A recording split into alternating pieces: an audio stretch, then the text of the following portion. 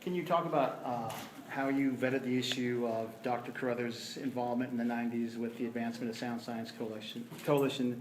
How did you satisfy yourself that that was not going to harm the NMSU brand or raise questions about the integrity of scientific research at a research university? We actually had discussions amongst ourselves related to all of the candidates and how that was going to further the reputation of the university. We felt confident that as you look at Governor Carruthers' credentials and his strengths as they line up with those 5 selection criteria that we outlined in the beginning, that he was going to be the best candidate for the job. He has managed a complex governmental system for the state of New Mexico. He's been actively involved in our university and helped carry a good reputation. One of his, I think, strengths is that he likes to go in and do discovery around the different things that need to be accomplished and then look for solutions related to that with a team approach. And I'm confident he'll do that as he moves into the position. What start date are you looking at for Dr. Carruthers, and what end date are you looking at for President Pacheco? Dr. Pacheco has graciously agreed to help us in whatever transition we need. I still need to work with Dr. Carruthers to finalize a contract which would include salary, term, all of the provisions that you would expect to see. And as soon as we have those things nailed down, which I hope to be in the very near future, we can share that with you. And that contract is expected to be ratified or reviewed by the board on Friday. So Carruthers will be the president at graduation, or will it likely be Pacheco still? Who will be in the ceremony? I'm sorry? Who will be at the ceremony as the president? We will continue on with Dr. Pacheco engaged in the duties of the president for the foreseeable future until we have that contract that nails down exactly when Dr. Carruthers would take over his duties. Now, I think it was really insightful to have, because all the time I've covered regions and education and this kind of thing, I think today I saw more of an insight to kind of the internal debate that goes on when you're trying to select the president. Since you are the 3 folks who didn't vote for Howard, what was the thing that kind of made the difference? It looks like, it seemed to me like it was really down to Howard versus Carruthers. I can't speak to, and everyone can speak to what qualities they saw in all of the other candidates. Dr. Howard was an outstanding candidate. I think some of the other candidates were very strong as well. For me, there were components of the selection criteria that we looked at that I felt like Dr. Carruthers delivered on a little bit stronger than Dr. Howard. His ties to New Mexico, his understanding of many facets of the New Mexico culture, the New Mexico legislature, the New Mexico higher education system, and an opportunity to have a leader for our university step into New Mexico arena, not only representing New Mexico State, but helping us with some solutions regarding education throughout the state of New Mexico to become more efficient and effective as a delivery of education. I would agree. Dr. Howard and all the candidates were exceptional. Certainly Dr. Howard, since he's the one that you asked for some compare and contrast with, an exceptional candidate, and certainly made the decision difficult. I agree with Regent Cheney in that, I think in the final hour for me personally, Dr. Howard's experience was a little more funneled in a particular area. One of the things I learned immensely through this process is how passionate, how many stakeholders are woven into and through this university, and I love the passion and the different voices. And I believe that Dr. Carruthers probably day one has the most vast ability to wear all those different hats and perspectives. He was a student, he was a faculty member, he was a dean, he was a governor, he was a business owner, and so it was just looking at the depth of the experience, quite frankly. But a very fine candidate in Dr. Howard, unquestionably. How big a role did the input from the community and other stakeholders play in your decision? From my perspective, it was very welcome, and there were a lot of things that we uncovered in the interview process, and that were uncovered as conversations happened between the different stakeholder groups that manifested themselves in those comments as well. By and large, people were very, constructive in their assessments. Most of those evaluations would have strengths and they would have opportunities. And so we were very pleased to be getting those, and it kind of helps us understand what's the magnitude of the different strengths and opportunities, and then if there was one that we may have happened to miss, then it would I valued the input that we received, not only in the listening sessions to start the process to help determine what the selection criteria were, but also in the evaluation at the end. And during the interview process, one of the things that Dr. Carruthers talked about too was kind of developing future leadership as well. Yes. So that it could rise internally from the university. Is that something that you want to see as regents do? I don't see how we can create stability and culture for this university unless we have multiple stakeholders engaged in the process. And so, as I said earlier, having Dr. Carruthers as the president is going to help us get started down that road. I know that Dr. Pacheco has been asking his direct reports and others to identify high potential leaders within the organization. And as we move forward, we can try to determine what kinds of training, growth opportunities there are for individuals so that when a next role opens up like this, people have a better shot at stepping into that role and adding value for the university. And I would add, not just even at the presidency, but throughout the university in its entirety, I think that we need to make sure that succession planning process goes throughout the whole system. How would that work? I mean, how would you saying that you would set up a plan for succession of the president when you're interviewing somebody for the provost position?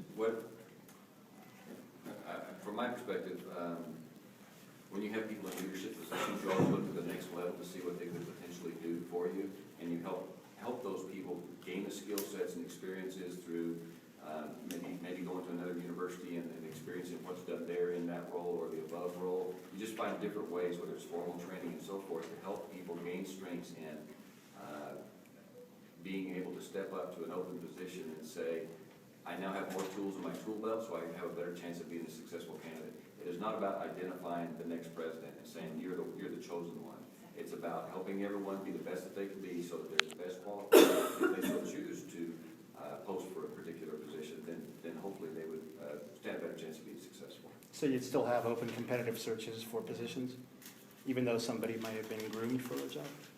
I wouldn't say groomed. I'd just say we are really focused. I mean, I would like to see us focus in on creating opportunities to help people grow personally so that they can step to those next positions and whether it's within our university or somewhere else. If we become known as a university that helps develop people, then I think people are going to want to come for that opportunity. Have you spoken with Dr. Carruthers about the vote? Yes. What was his response? He was appreciative, cautiously optimistic pending the negotiation of the contract. What will be your baseline starting salary offer? Subject to negotiation. This Board of Regents has been very thoughtful, and I can tell you that we're going to be continuing to do what we've always done, which is to try to do what's in the best interest of the university. And that we do not view things as a win-lose. Everything's a win-win. So it will be in the best interest of the university and meeting the needs of Dr. Carruthers. That's what we shoot for. Do you have an estimated range based on the salaries of past presidents? I would say that the past president's salary was not outside the range of where we would be. I mean, it's a pretty, I think it's a pretty realistic ballpark in there. What is that ballpark? Like 250,000? Actually, I think it was in the 300s.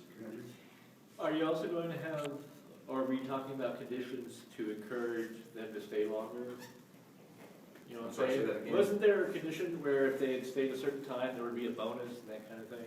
We can talk about it. I mean, our desire is to have stability. I'm not sure that's the best vehicle to get there. But I hate to conjecture on the subject of negotiation until we can actually conclude the contract. You all talk about working together. What are some of the things that you guys are going to be focusing on once Dr. Carruthers comes in? Wow. The first 30 things, I think the biggest opportunity for a new president is to step in and meet as many of the stakeholders as possible. Dr. Carruthers has the benefit of knowing a big chunk of them, but there are certainly people that he needs to introduce himself to and to meet. And so doing that, I'm a big fan of seek first to understand and then to be understood. So to looking into the different areas of where we can enhance research, how can we improve the opportunity for faculty to get involved and engaged in what we're doing. I think we've made great strides in the last, I'd say, year, and I think we'll continue to do that. And that's really the role of the new president. Has Dr. Carruthers indicated whether he'll move in the president's house or stay in his current residence? We have not talked about that. You had mentioned that he's not the perfect candidate, what are some of those imperfections that you'd like to work on with him at the university?